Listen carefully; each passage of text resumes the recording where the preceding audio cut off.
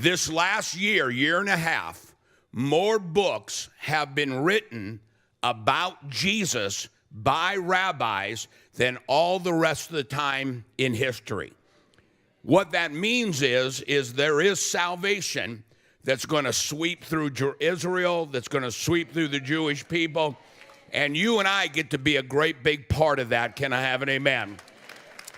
And, you know, last time we were in Israel, I think it was on the Feast of Tabernacles, Joseph gave me the honor of speaking in his synagogue in Jerusalem.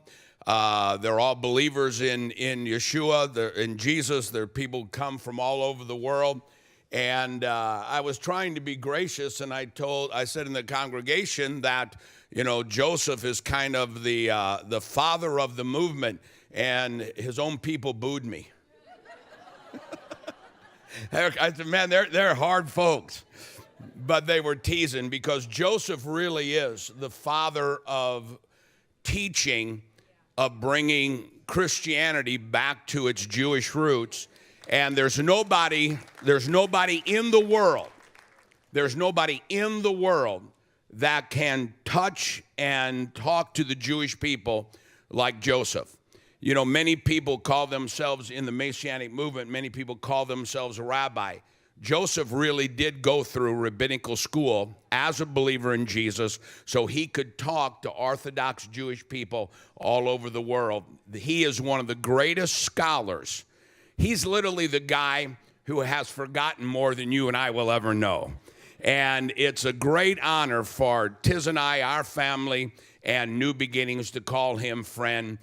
Everybody is happy and everybody is elated for the work that God has done to deliver the children of Israel from their enemies. They see their enemies drown in the sea with the horses, with the chariots,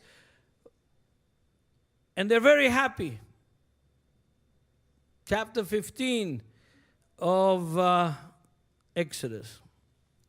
But just a few verses later, just very few verses later, what goes on? After the great moment, the great miracle, what goes on? 3 days pass from the great deliverance, from the great miracle, from crossing the sea, from seeing the enemy drown, and the people begin to complain against Moses. In verse 25 of chapter 15, they just put up the tambourines. They just, started healing their feet from all the dancing. And at that very moment, verse 25 of chapter 15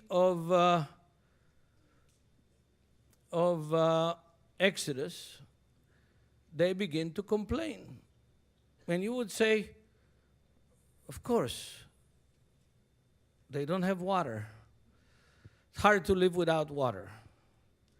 And they complain against Moses, they complain against God, they cry, they shout, they fuss. And what does God do?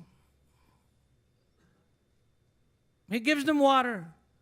They find bitter water. He tells Moses, take this piece of tree and put it in the water, and the water sweetens, and they're now happy, but not for long. Now, what would you do to your children if you did everything for them? You took care of them, not for a day or 2 days, for years, and you provided everything they needed, everything supernaturally miraculous, and they constantly complain and murmur.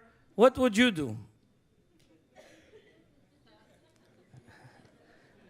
Learn from God. He gave in to them. People say the Torah is judgment and the New Testament is grace. There's no bigger grace than God's grace to the children of Israel.